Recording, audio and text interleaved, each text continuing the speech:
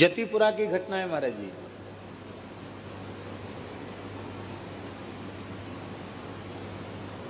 प्रमाद पूर्वक भगवान के रसोई में सेवा करने वाले जो महानुभाव थे, वैष्णव थे, उनसे प्रमाद हो गया और 4 चावल धोते समय नाली में बह गए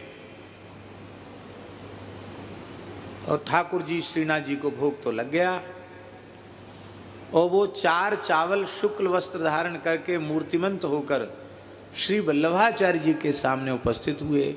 रोते हुए उन्होंने कहा कि हमने जन्म लिया, हमको कूट पीस के निकाला गया, हमारे में कोई भी ऐसी विकृति नहीं थी कि जो हम भगवान के भोग में पहुंचने के योग्य न हो, लेकिन प्रमादवश बिना किसी अपराध के हमको नाली में बहा दिया गया।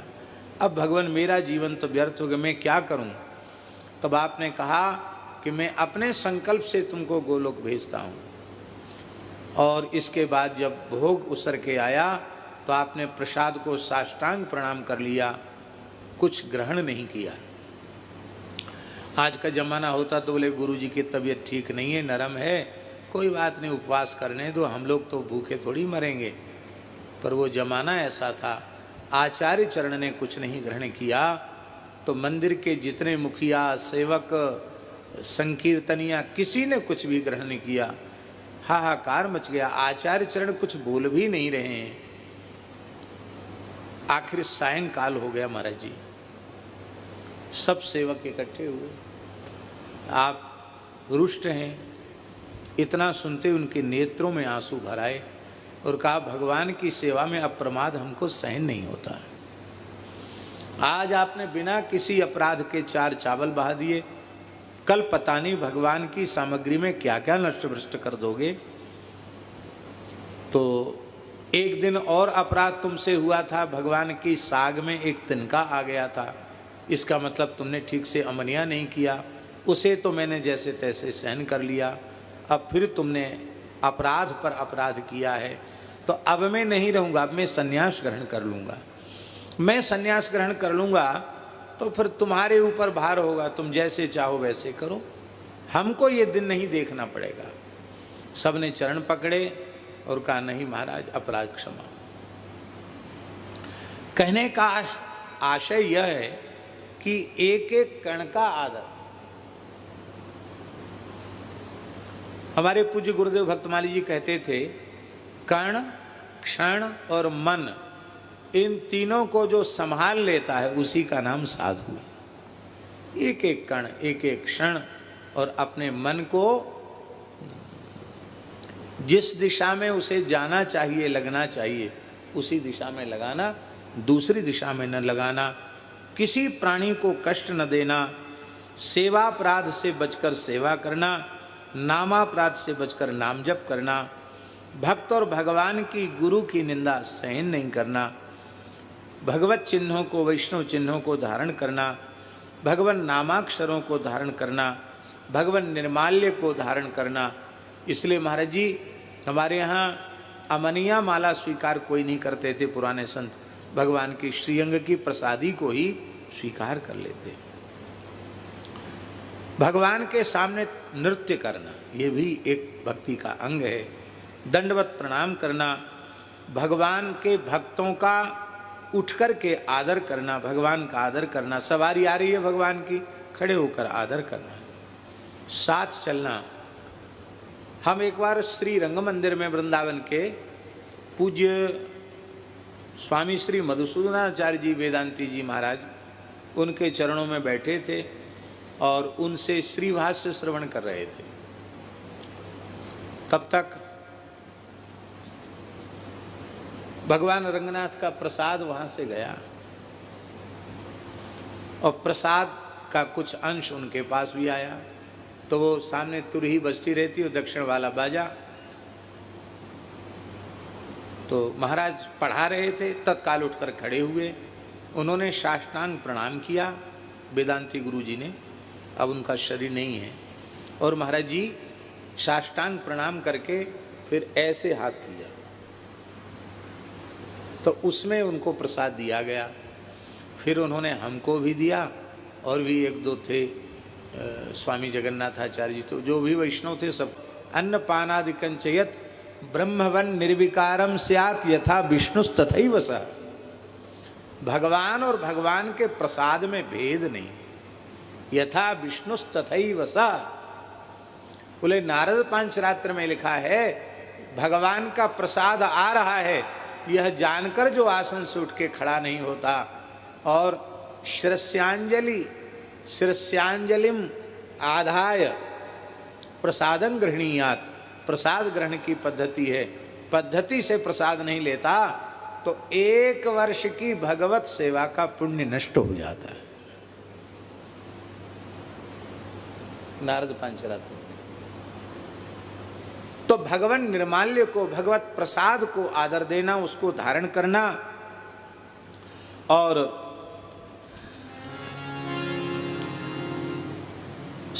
भगवान की यात्रा में साथ चलना, संकीर्तन करना, मंत्र जप करना, विज्ञप्ति, आत्मविज्ञप्ति भगवान के चरणों में करना, स्तोत्र का पाठ करना, नैवेद्य का आस्वादन करना, चरणामृत का आस्वादन करना, धूप की सौरभ को ग्रहण करना, तुलसी पुष्प आदि की गंध लेना, श्री मूर्ति का शास्त्रीय मर्यादा से स्पर्श करना, श्री विग्रह का दर्शन करना, आरती उत्सव आदि का दर्शन करना। महाराज जी आरती के संबंध में लिखा है कि आरती की ज्योति में जब भगवान के मुखारविंद का दर्शन होता है तो एक झलक पाने पर सद्यः प्रसूता 10 सहस्त्र कपिला गायों को, वेदज्ञ ब्राह्मणों को दान का पुण्य एक बार मुखारविंद की झलक से मिल जाता है। 10 सहस्त्र कपिला गाय, अद्भुत महिमा है। भगवान के चरित्रों का और भक्तों के चरित्रों का श्रवण करना और भगवान की कृपा का निरंतर वर्तमान क्षण में अनुभव करते हुए भी आगे और अधिक कृपा हो इसकी इच्छा रखना।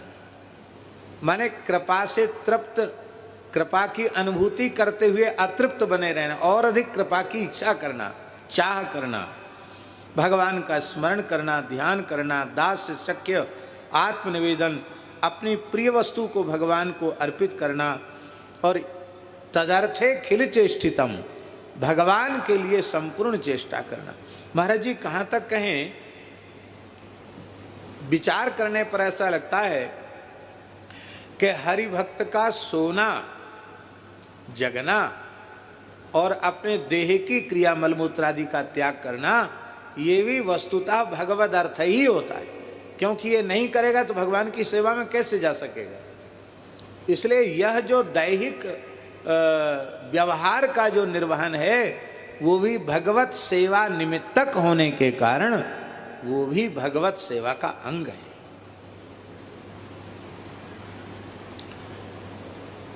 हमारे वृंदावन में राधारमण के गोसाई जी ने एक बात बताई। उन्होंने कहा हमारे यहाँ अपरस की सेवा तो है ही है, दूसरी एक बात है कि हम लोग अपरसी वस्त्र धारण करके जब सेवा में जाते हैं तो उसके पहले उस ऋतु का जो इतर है वो अलग रहता है, उससे हाथ ऐसे ऐसे करते हैं और उसको यहाँ लगाते हैं, यहाँ भी थोड़ा लगाते हैं और फिर जल से मिट्टी से हाथ धोते हैं, तब भीतर जाते हैं। इतर से थोड़ा हाथ मल के और यहाँ तक यहाँ तक यहाँ तक, तब भीतर जाते हैं।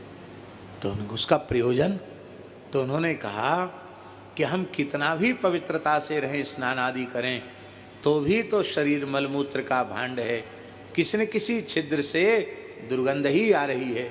तो हमारे देह की दुर्गंध से भगवान को पीड़ा न पहुंच जाए, इसके लिए कुछ सुगंधित लगा करके तब भगवान की सेवा में जाना। राधारमण जी के गोसाई जी ने बताया, बोले हमारे यहाँ विधि है, नियम है, ये करके तब भीतर गर्भगृह में जाएगा। देखने में लगता है कि बड़ी शान शौकत है, पर शान शौकत नहीं, ये भी भगवान निमित्तक है। शरणापत्ति, वैष्णव सेवन, तुलसी सेवन और ज्ञान भक्ति वैराग्य का वर्धन हो, इस प्रकार के भागवत धर्म का पोषण करने वाले ग्रंथों का आश्रय लेना। भक्ति का 55वां अंग है ब्रजमंडल का निवास, मथुरा मंडल का निवास। यथा वैभव उत्सव करना, माने उत्सव में वित्त साठ्य न हो, कंजूसी न हो, कृपणता न हो, बढ़िया से बढ़िया उत्सव करना। हमारे महाराज जी कहते थे कि लौकिक कार्यों के लिए बजट सोचना चाहिए। भक्तमाली जी महाराज, भगवत उत्सवों के लिए बजट नहीं, क्यों, सब कुछ भगवान का ही तो है, उसमें बजट निर्धारित कर देंगे कि इतने में ही होगा तो फिर उतना भी नहीं लगेगा, कंजूसी आ जाएगी। और हमको तो ऐसा अनुभव होता महाराज जी कि साधुओं के काम तो जीरो बजट से ही शुरू होते हैं, पर रमण बिहारी उनको हीरो बना देते हैं। और पूज्य महाराज जी इसके साक्षी हैं। दास ने पूज्य गुरुदेव भक्तमाली जी के शताब्दी महोत्सव के लिए सबसे पहले महाराज जी से निवेदन किया और महाराज जी ने बड़ी प्रसन्नतापूर्वक आज्ञा प्रदान की और बिल्कुल त्र्यंबकेश्वर भगवान की सन्निधि में बैठे हैं। न तो जन सामर्थ्य और न धन की सामर्थ्य। अब मन में पहले सोचा था कि 1 महीने में एक उत्सव करेंगे अलग अलग जगह जाके तो साल हो जाएगी। और महाराज जी जब उत्सव शुरू हुआ तो इतनी व्यस्तता हो गई, केवल रास्ते का समय बचता था, वो भी साल भर में पूरा नहीं हुआ, पूरा 1.5 साल उत्सव चला। और सुमेरु महोत्सव में पूज्य महाराज जी ने सुमेरु स्थान पर विराजमान होकर के सद्गुरु भगवान के उत्सव की परिपूर्णता प्रदान की। तो ये सोचते कि कोई कमेटी बनावें उत्सव की, फिर धन का संग्रह करें, फिर अलग अलग व्यक्तियों को विभाग बांटें, तो शायद सोचते ही रह जाते। पर श्री ठाकुर जी ने किया, संतों ने कृपा पूर्वक किया, ये है। तो भगवान का उत्सव दास को महाराज जी ऐसा लगता है कि आचार्यों का, गुरुजनों का उत्सव तो ठाकुर जी मनाते हैं और ठाकुर जी का उत्सव आचार्य गुरुजन मनाते हैं। अपने लोग काहे को चिंता करें, अपने तो प्रसाद पाने वाले हैं। बढ़िया बढ़िया प्रसाद रमण भोग लगे रमण बिहारी जी को, और बढ़िया बालूशाही जो होठ का स्पर्श करते ही मुख में एकदम घुल जाए, ऐसी बढ़िया सुंदर प्रसाद पाना, यही है। और कार्तिक मास का ऊर्जाधरो विशेषण भगवान के जयंती आदि पर्व का आदर करना और भगवान के श्री अंग की सेवा करना, श्रीमद् भागवत के अथवा जो इस प्रकार के भक्ति ग्रंथ हैं उनका रसास्वादन करना, ये भी एक अंग है। और सजातीय अपने से ज्येष्ठ श्रेष्ठ ज्ञान वैराग्य भक्ति संपन्न महानुभावों का संग करना, ये भक्ति का 61वां अंग है। नामरूप गुणलीला का कीर्तन 62वां और तीर्थवास ये 63वां और परिक्रमा ये 64वां अंग है। इस प्रकार से इनकी कुछ विस्तृत चर्चा हमने उस समय की थी। प्रसंग का स्मरण बना रहे, इस दृष्टि से भक्ति के स्वरूप में साधन भक्ति, साध्या भक्ति, रसरूपा प्रेम लक्षणा भक्ति, इन सब के स्वरूपों का यथा मति यथा समय दास ने स्मरण किया था। अब ग्रंथ के प्रतिपाद्य विषय में किन किन प्रकार के भावों का, रसों का विवेचन इस ग्रंथ में है, और वस्तुतः रस जो है वो स्थूल घटपट मठ जैसा नहीं है कि जिसको अंगुलियां निर्देश कर दें कि ये है। वस्तुतः तत्त रसों के अनुभवी उपासक जो भक्त हैं, उनकी जो भावना विशेष है, उनका जो चरित्र विशेष है, वह चरित्र विशेष, भावना विशेष ही उस रस के उत्कर्ष को अभिव्यक्त करता है, प्रकट करता है। नहीं तो रस तो अमूर्त पदार्थ है ना, प्राकृत रस तो मूर्त है महाराज जी, पर जिस रस का आस्वादन भक्त लोग करते हैं वो अमूर्त है। अमूर्त माने कोई इस तरह का नहीं कि उठा के दे दो, ये है रस, तो अनुभूति का विषय है और अनुभूति अंतःकरण का विषय है। तो 5 रसों का 5 रसों के उपासक भक्तों के चरित्रों के माध्यम से भक्ति के 5 रसों का निरूपण इस ग्रंथ में किया गया। वैसे तो भक्ति रसस्वरूपा है और रसस्वरूपा होने के कारण सभी रस भक्ति में मान्य हैं, लेकिन विशेष रूप में 5 रस ही भक्तों में प्रकट होते हैं, उनका ग्रहण किया जाता है। यहाँ महाराज जी एक विशेष बात प्रियादासी की दृष्टि, कई बार क्या होता है कि अमुक अमुक भाव के उपासक भक्त वो अमुक भाव को ही सर्वोत्कृष्ट मानकर उपासना करते हैं, यहाँ तक तो ठीक है, पर दूसरे रसों की, दूसरे भावों की न्यूनता सिद्ध करने लग जाते हैं, वह एक अपराध। वात्सल्य वाले कहेंगे वात्सल्य ही सर्वोपरि है, दास्य वाले कहेंगे दास्य ही सर्वोपरि है, श्रृंगार वाले कहेंगे श्रृंगार ही सर्वोपरि। बात सब सही है, जो जिस रस का उपासक भक्त है उसके लिए वही सर्वोपरि है, यहां तक तो ठीक है, लेकिन यही सर्वोपरि है, बाकी सब न्यून हैं, हीन हैं, उपेक्ष्य हैं। ऐसा यदि विचार किसी साधक में है तो निश्चित ही उसे उस भक्ति का स्वाद मिला ही नहीं, फिर तो भक्तापराध हो जाएगा। जैसे वृंदावन के महान रसिक सिद्ध संत जिनका चरित्र भक्तमाल ग्रंथ में है, श्री हरिराम जी व्यास, उन्हें विशाखा सखी का अवतार माना जाता है। ललिता सखी का अवतार श्री स्वामी हरिदास जी को और विशाखा सखी का अवतार श्री हरिराम व्यास जी को माना जाता है। और हरिराम व्यास जी का जन्म ओरछा में ही हुआ था, वो राजगुरु थे। वो उनके पितामह, उनके पिताजी का नाम था पंडित श्री सुमोखन जी शुक्ल।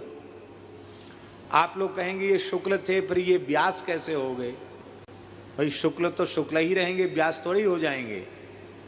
तो प्रसिद्धि ऐसी है महाराज जी कि काशी में जाकर हरिराम व्यास जी ने जब अध्ययन किया तो इनकी ऐसी विलक्षण मेधा थी कि काशी के विद्वानों ने इनका अभिनंदन किया और व्यासोपाधि से इन्हें विभूषित किया और ये कहा कि भगवान व्यास के जैसा विद्वान है ये। तो व्यास उपाधि इनको दी गई, तब से हरिराम व्यास ही हो गए। कैसे काशी छूटी और कैसे फिर आए और यहाँ कितना उन्होंने प्रचार किया, फिर दिग्विजय यात्रा के लिए निकले, बड़ा चरित्र है। और दिग्विजय यात्रा के लिए निकले तो कुछ विद्वानों ने सलाह दी कि छोटे मोटों को क्या हराना, काशी में ही जाओ, और काशी ज्ञानियों की, विद्वानों की नगरी है, यदि वहाँ विजय पत्र लिखवा लोगे तो सारे भारतवर्ष में आपकी विजय पत्र को स्वीकृति मिल जाएगी। इनको प्रसन्नता हुई कि चलो चाहे समय कम जाएगा, श्रम भी कम होगा। और काशी पहुँचे तो काशी के विद्वान भी विचार करने लगे कि समस्त प्रकार के शास्त्रों के चूड़ांत विद्वान हैं, इनकी बहुमुखी प्रतिभा ऐसी अद्भुत है कि इस विद्वान को शास्त्रार्थ में पराजित करना बड़ा कठिन है।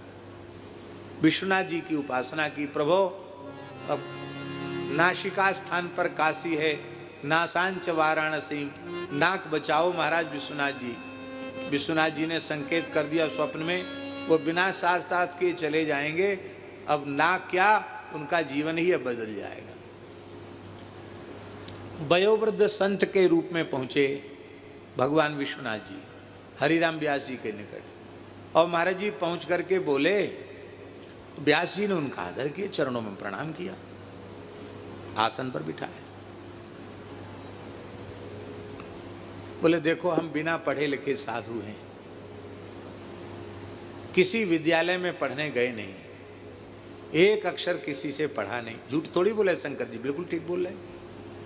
भगवान शिव किस विद्यालय में पढ़ने गए? किसने उनको एक अक्षर पढ़ाया? बोले हम तो बिल्कुल बिना पढ़े लिखे साधु हैं, ऐसे ही खाली राम राम करते हैं। पर हमने सुना आप बहुत बड़े विद्वान हैं, सबके प्रश्नों का उत्तर देते हैं, तो हम भी कुछ पूछने आए हैं, समाधान लेने आए हैं।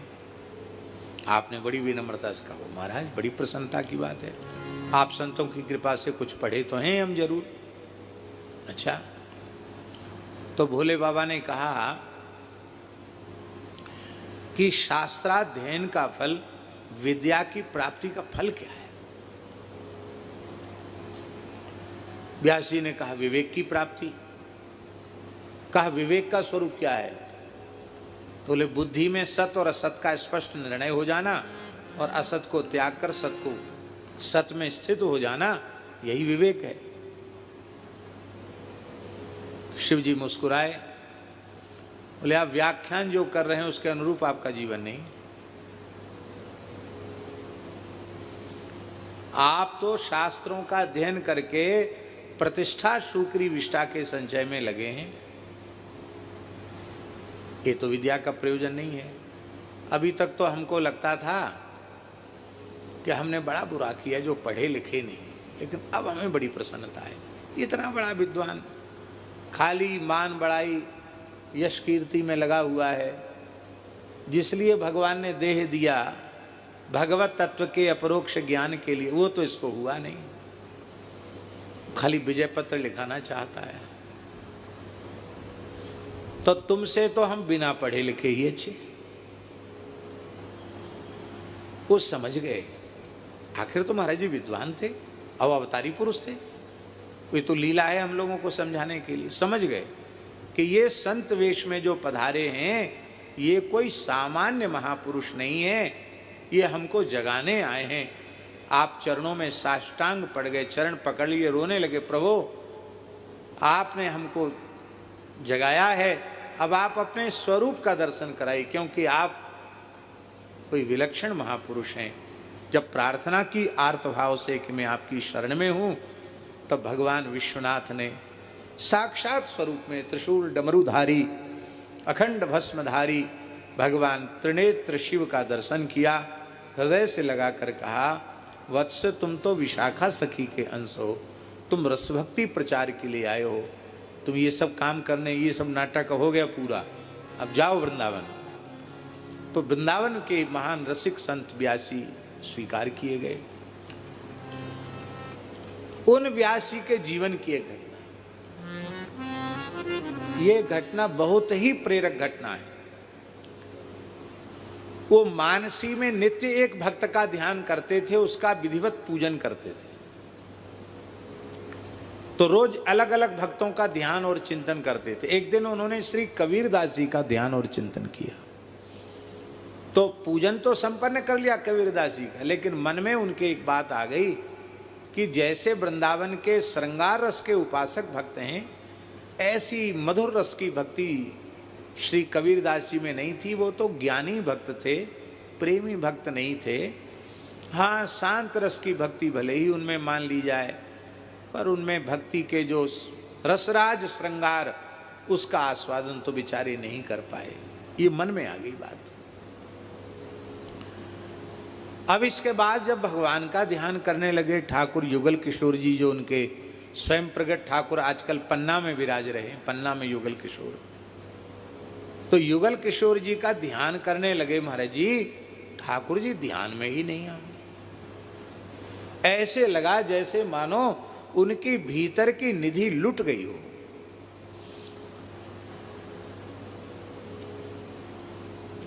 अब ये बात प्रवचन के माध्यम से समझने समझाने की बात है नहीं।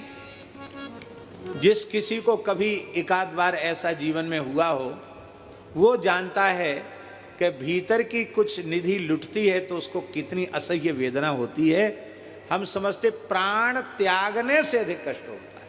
वो एकदम पागल जैसे हुए, विक्षिप्त हो गए और अपने आध्यात्मिक पथ के प्रदर्शक गुरु श्री हरिवंश महाप्रभु के निकट गए। बोले मेरी समझ में नहीं आ रहा क्या हुआ, जैसे हृदय का रस एकदम सूख गया हो, बिल्कुल भजन चिंतन ध्यान में मन नहीं लग रहा है, मैं जी नहीं पाऊंगा, क्या अपराध हुआ, मेरी समझ में नहीं आ रहा है। कहा किसी भक्त के प्रति मानसिक अपचार हुआ है। कबीर जी के प्रति ऐसा भाव मेरे मन में आ गया। बोले देखो, भगवान परिपूर्ण है स्वभाव से, और उनको भजने वाला अपूर्ण नहीं रह सकता। भगवान रसरूप हैं और उनको भजने वाला किसी रस और किसी भाव से वंचित नहीं रह सकता।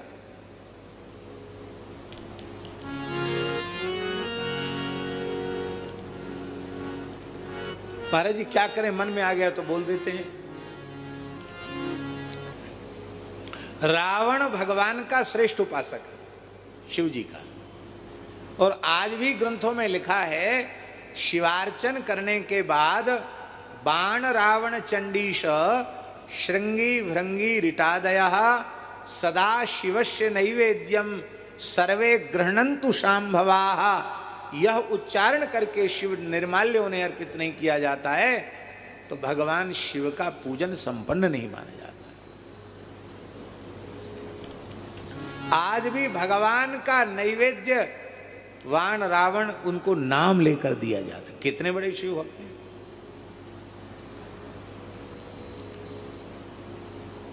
वो कोई ऐसे निष्काम रसिक भक्त जैसी बात कही जाती है उस प्रकार का जीवन तो उनका नहीं है, वृत्ति तो आसुरी ही है। दास के मन में ये बात आई कि रावण जैसे के हृदय में जब भक्ति करते करते शिव जी की उपासना का मधुर रस प्रकट हो सकता है तो रामकृष्ण नारायण को भजने वाले के हृदय में किसी भी भाव से भजें और उनमें फिर अमुक अमुक रस तिरोहित रह जाए, प्रकाशित न हो, ये कैसे संभव। और महाराज जी देखिए, वो असुर राज है।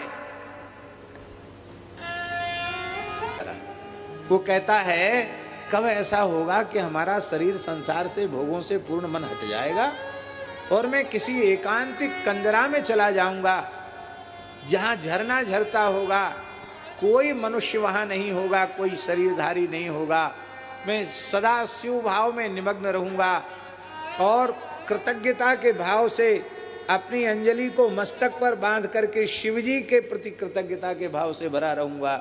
मेरी आंखों से प्रेम की अश्रुधारा बहती रहेगी और शिव शिव शिव शिव शिव इस द्वैक्षर मंत्र का उच्चारण करके मैं कब सुखी होऊंगा।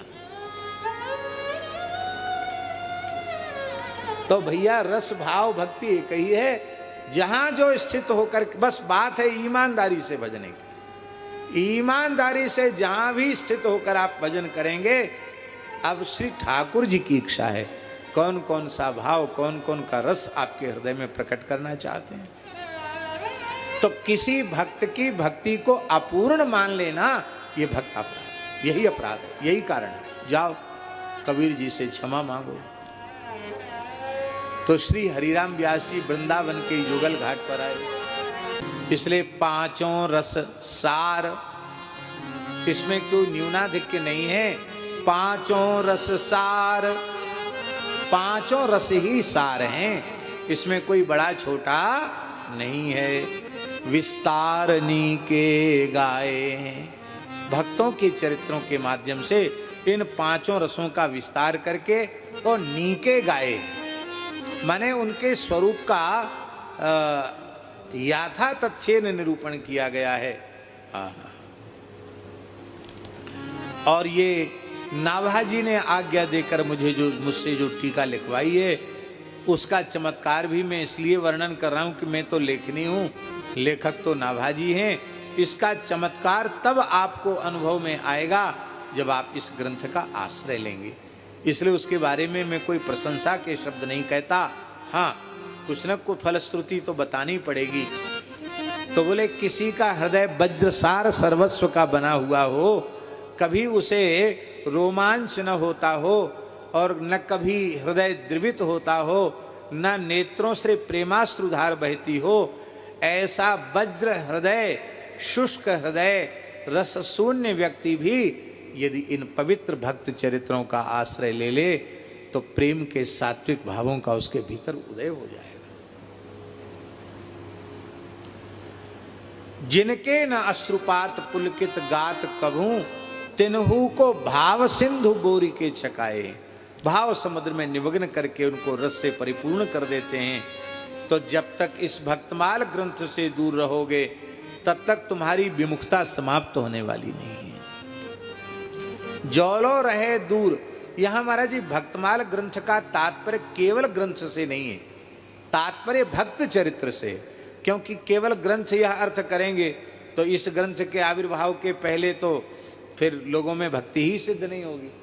इसलिए भक्त चरित्र का आश्रय लिए बिना हृदय की विमुखता समाप्त नहीं होगी।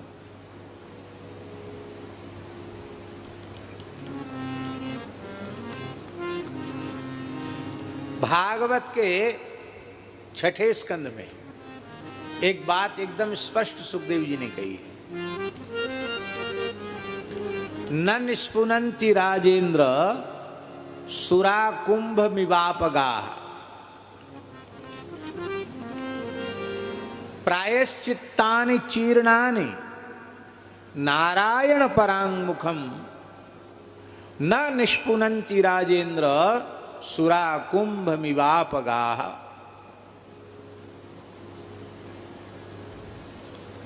शास्त्रों में पापों के जो जो प्रायश्चित बताए गए हैं आपने उनको सविधि संपादित कर लिया, लेकिन यदि भगवान के प्रति विमुखता का जो हृदय में विमुखता भरी हुई है ना, वो विमुखता का दुर्भाव यदि तुम्हारे अंतःकरण से निस्सारित नहीं किया गया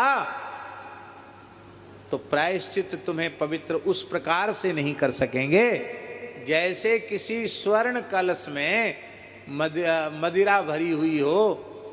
स्वर्ण कलश तो मैं बोल रहा हूं अपनी ओर से, मैंने उसको बहुत मूल्यवान सिद्ध करने के लिए सबसे उत्तम देह तो मनुष्य का शरीर स्वर्ण कलश के जैसा ही है, पर भगवत विमुखता की मदिरा उसमें भरी हुई है और ढक्कन ऊपर से बंद है, मुख बंद है।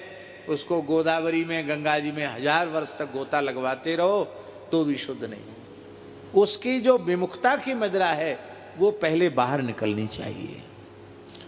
और महाराज जी दास को ऐसा लगता है ये प्रायश्चित से विमुखता की मदिरा नहीं निकलती, ये संत सद्गुरु जब औंधा कर देते हैं इस पात्र को, उलटने वाला चाहिए ना, तो संत समर्थ सद्गुरु जब उलट देते हैं, कहाँ रमण बिहारी जी के चरणों में उलट देते हैं, शरणागति करा देते हैं, तो सारी विमुखता बाहर निकल जाती है और सत्संग के प्रेम रस से वो घट परिपूर्ण हो जाता है। तो संत सद्गुरु का आश्रय ही नहीं लोगे तो तुम्हारी विमुखता कैसे जाएगी। तो सबसे बड़ा लाभ भक्तमाल श्रवण का है, तुम्हारी विमुखता रूपी मदिरा निस्सारित हो जाएगी, तुम परम प्रेम से परिपूरित हो जाओगे, तुम्हारे भीतर अष्ट सात्विक भाव प्रकट होने लग जाएंगे। और ये बाधा क्यों हो रही है, प्रेम की उत्पत्ति में बाधा क्यों हो रही है? बोले अहंकार की दौर्गंध्य के कारण प्रेम की सुगंध प्रकट नहीं हो रही है। ऐसे ऐसे महापुरुष देखे गए कि जो विलक्षण विद्वान, पर उनके जीवन में इतनी अहम शून्यता आ गई कि आप आश्चर्य करेंगे। चौमू के पास एक गांव है निमाणा, उस गांव में हम अपने पूज्य गुरुदेव भक्तमाली जी के साथ गए। एक महात्मा ने बुलाया था और श्रीमद् भागवत की कथा थी और अनुष्ठान सकाम था। सकाम ऐसा था महाराज जी, एक भयंकर ब्रह्म राक्षस का उपद्रव था, उसको शांत करना था। और वो ब्रह्म राक्षस भी ऐतिहासिक था महाराज जी। आपने खूब श्रवण किया होगा त्रिवेणी वाले महाराज जी का नाम, जयपुर के पास श्री स्वामी नारायण दास जी महाराज, राजस्थान के सिद्ध संतों में उनकी गणना थी। वस्तुतः बड़े उच्च कोटि के महात्मा थे। राजस्थान क्षेत्र में तो उनको भगवान के जैसा आदर लोग करते थे, उनका हमारे ऊपर भी बड़ा स्नेह था। उनके महाराज जी दादा गुरुजी थे, वो भी सिद्ध थे। उनके गुरुजी भगवान दास जी वो भी सिद्ध थे। उनके दादा गुरुजी गंगा दास जी वो भी बड़े सिद्ध थे। और परंपरा से कई पीढ़ी तक सिद्ध ही पुरुष होते हैं। तो महाराज जी एक पंडित आते थे मिथिला से, बहुत बड़े विद्वान थे। तो महाराज का शरीर गुजर घर का था, पर संत तो किसी भी कुल के हो सकते हैं। वो दीनता उनमें बहुत थी, सिद्ध पुरुष थे। तो जब वो महाराज आते, पंडित जी आते, तो उनका बड़ा आदर करते थे, उनको प्रणाम करते थे, उनको घूमो फिरो महाराज, रहो खाओ पियो मस्त रहो, और जाते इसमें खूब भेंट विदाई उनकी करते थे। लेकिन वे ऐसे विलक्षण महापुरुष थे वो पंडित, कि वो जितना उनका सम्मान करते उतना ज़्यादा वो उनको अपमानित करते थे। संत महापुरुष को जाति का नाम लेकर के, मूर्ख है, पढ़ा लिखा नहीं है, यूँ त्यों करके खाली लोगों के बीच में सिद्ध बना बैठा है, ऐसा कर। अब वो ऐसे सुनते महाराज जी जैसे कोई उनकी विरुद्धावली गा रहा हो, हंस करके कहते, पंडित जी बिल्कुल सही बात, ये जितने लोग हैं सब झूठे हैं, सच्चे आप। वाह क्या कहना, वाह वाह वाह वाह महाराज, वाह पंडित जी वाह, बिल्कुल ठीक है। अरे हम कहाँ साधु बन पाए, हम तो अभी अमुक ही, ऐसा बोलते थे। एक बार कुछ ज्यादा ही उपद्रव करने लगे, तो महाराज के जो शिष्य थे, सेवक थे, वो सहन नहीं कर पाए। उन्होंने कहा अरे बहुत हो गया, सुनते सुनते कान पक गए। गुरु महाराज की सरलता की भी चरम सीमा और इस दुष्ट की दुष्टता की अभी देखते। अरे राम राम राम, ब्राह्मण के ऊपर प्रहार मत करना, कुछ अपमान नहीं करना। अरे वो कैसे कैसे बोल रहा है, सब साधुओं को गाली दे रहा है। वो महाराज जी सिद्ध पुरुष थे, उनके मुंह से निकल गया, क्या करें बेचारा पागल हो गया। बस इतना कहते वो शास्त्रों के चूड़ांत विद्वान पागल हो। पागल हो गए तो पागल होते होते पागल तो कहीं से कहीं भटकते हैं। इन्होंने कहा भी कि भैया उसको पकड़ लो, इलाज कराओ, लेकिन वो तो अब अभिशाप लगा था, संत का अपराध। वो महाराज जी गलता में जा करके एक पत्थर पर सिर पटक पटक करके मर गए। वहीं ब्रह्म राक्षस की होनी होगी उनको। पढ़े लिखे तो थे ही। एक महात्मा उनको वो परेशान करने लगे, वो भी अनुष्ठानी संत थे। वो इतने दुखी हो गए कि रुनुकता में यमुना जी में कूद कर प्राण देने के लिए तैयार हो गए। वो ब्रह्म राक्षस प्रकट हो गया, तरह तरह के भेष बनाता था। उसने कहा मैं तो परेशान हूँ, तुमको मरने के लिए थोड़ी सता रहा हूँ, हमको इस योनि से छुड़ाओ, क्योंकि अब तीसरी पीढ़ी चल रही है। नारद जी तीसरी पीढ़ी में थे। मेरे उद्धार का उपाय पूछ के आओ।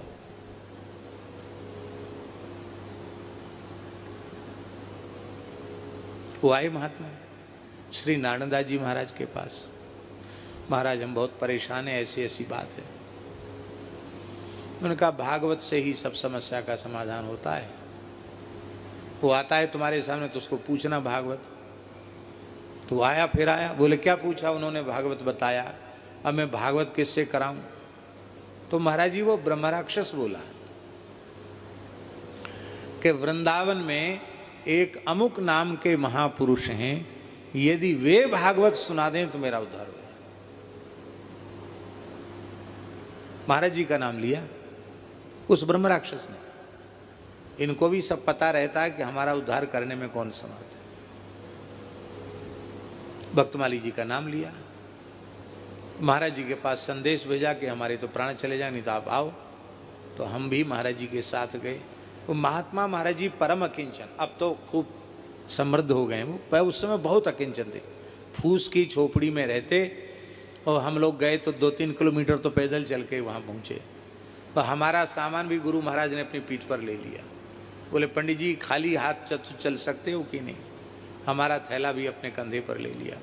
हम लोग वहाँ गए तो उस गांव में महाराज जी जहाँ खेत पे महात्मा भजन कर रहे थे, वहाँ बिजली नहीं थी।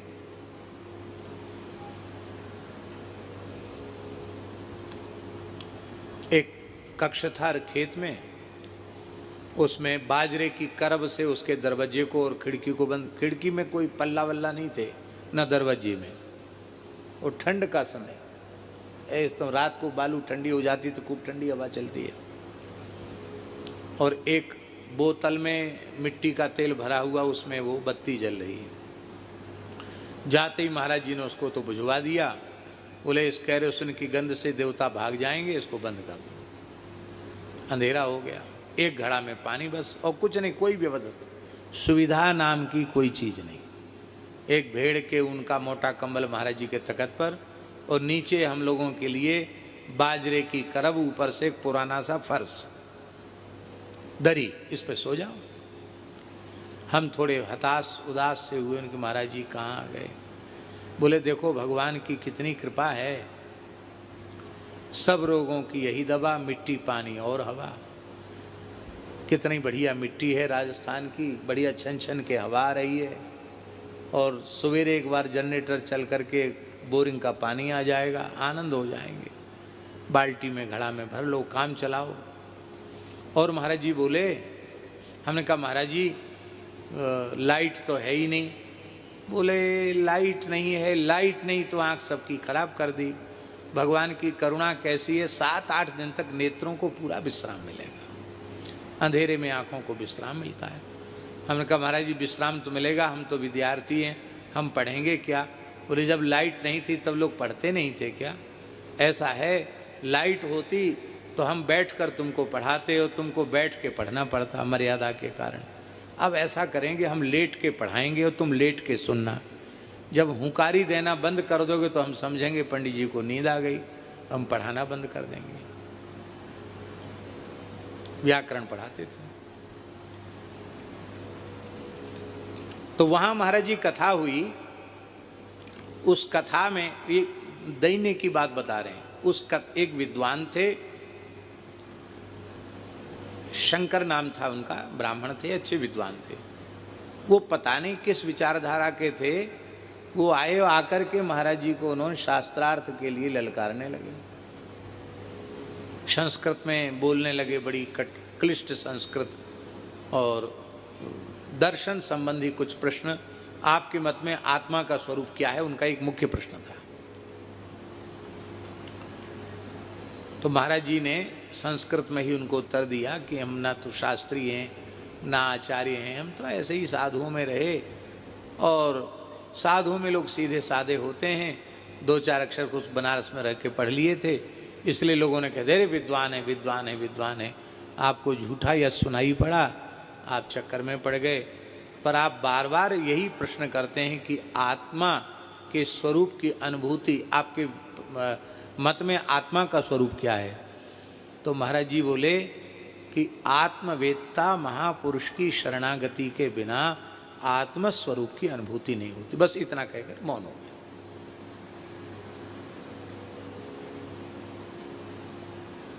और गांव के लोग ताली बजाने। ये बाबा महाराज स्वरूप में तो, वेशभूषा में तो एकदम सीधे साधे थे ही। अरे देव, गांव के पंडित जी ने महाराज की बोलती बंद कर दी, कुछ नहीं बोल पाए, खाली दंडोत करते रह गए। और हमको इतना मन में क्षोभ हो रहा था कि हम बच्चे हैं, कुछ पढ़े लिखे होते तो हम कहते हैं क्या गुरुजी से बात करता, हमसे बात कर, और हम पढ़े लिखे नहीं, हम क्या करें? इसके बाद कथा आरंभ हुई। एक दिन महात्म हुआ तो 8 घंटे महाराज जी रोज कथा कहते थे। तो पहले दिन महात्म्य के बाद दूसरे दिन 4 घंटे में जब जन्माद्यस्य यतः की चर्चा महाराज जी ने, वो पंडित जी समझ गए कि ये जिसको हम समझ रहे थे ये अनपढ़ है। भागवत पूरी जो लगा लेते हैं उनसे पहला श्लोक नहीं लगता है। 2-2, 3-3 आवृत्ति लगाने वाले लोग भी पहला श्लोक नहीं लगा पाते हैं। महाराज जी ने 4 घंटे व्याख्या की। आंख बंद करके महाराज बोलते थे। तीसरे दिन तो वो चरणों में साष्टांग पड़ गए। बोले महाराज, मैंने बड़ा भारी अपराध किया आपके प्रति, आपका तिरस्कार करके। महाराज जी बोले नहीं, आप विद्वान हैं, आप तो सबका आदर ही करते हैं, वस्तुतः हम पढ़े लिखे नहीं हैं, यही कहा। बाद में वो ब्राह्मण परिवार सहित महाराज जी के शरणागत हो गया। तो जब रास्ते में आ रहे थे तो महाराज जी बोले, पंडित जी आपके मन में क्या हो रहा था कि हम झगड़ा करेंगे? देखो झगड़ा करते तो घर में खीर मालपुआ जाके पाए, ये खाने को कहाँ मिलता। एक एक गमछा कपड़ा बेचारे ब्राह्मण ने दिया, थोड़ी बहुत साधु ब्राह्मणों को दक्षिणा भी दी, ऐसे विनोद में बोलते थे। इस सब से वंचित रह जाते, इसलिए कभी झगड़ा नहीं करना। हाँ, लिखा है वादो नावलंब्या, नारद जी के आज्ञा है, वाद विवाद में भक्त को नहीं पड़ना चाहिए। कहने का आशय दास का केवल इतना है कि ऐसे महापुरुषों को भी देखा। हमसे कहते थे कि हम तो मध्यमा पास करने के बाद शास्त्री की परीक्षा तो दिए नहीं, पढ़े और चले आए, और फिर आप पढ़ाते नहीं है, सब स्मृत हो गया है, ऐसा बोलते। और महाभाष्य तक कभी कोई कुछ भी पूछने आता तो बिना पुस्तक दे के बताने लग जाते। टीका की टीका उनको पता नहीं कैसे कंठस्थ थी। श्लोक ऐसे लगते विविध छंदों में जैसे उनको कंठस्थ हों, ऐसा उनका वैदुष्य था, ऐसी श्लोक रचना करते थे। और दैन्य ऐसा कि पता ही न चले कि ये पढ़े लिखे भी हैं। ये किसका प्रभाव था? कुल हियो होए चूर चूर नेक श्रवण लगाए हैं। ये जो भक्तमाल ग्रंथ का उन्होंने जीवन भर आश्रय लिया, भक्त चरित्रों का आश्रय लिया, टिप्पणी के रूप में उसको प्रकाशित किया, फिर उसके बृहद्भाष्य के रूप में प्रकाशित किया, तो भक्तों के चरित्र के अनुसंधान की ही यह दिव्य महिमा थी कि ऐसा वैदुष्य होते हुए भी उनमें अपने ज्ञान के अहंकार की गंध नहीं थी। तो अहम शून्यता और प्रेम का प्रादुर्भाव इसका प्रसाद है।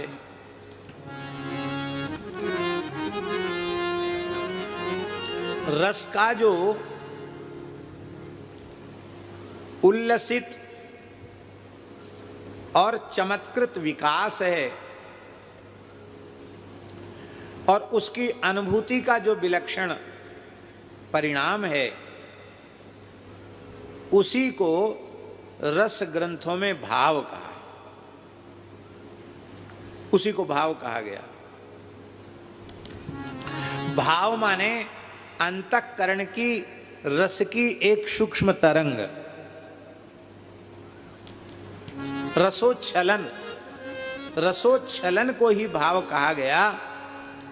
और उसमें इसीलिए साहित्य दर्पण में लिखा है विकारो मनसो भावः, मन का विकार माने मन में मन का पिघलना, यही है उसकी विकृति। रस के कारण मन में और उसका द्रवीभूत होना, यही है भाव।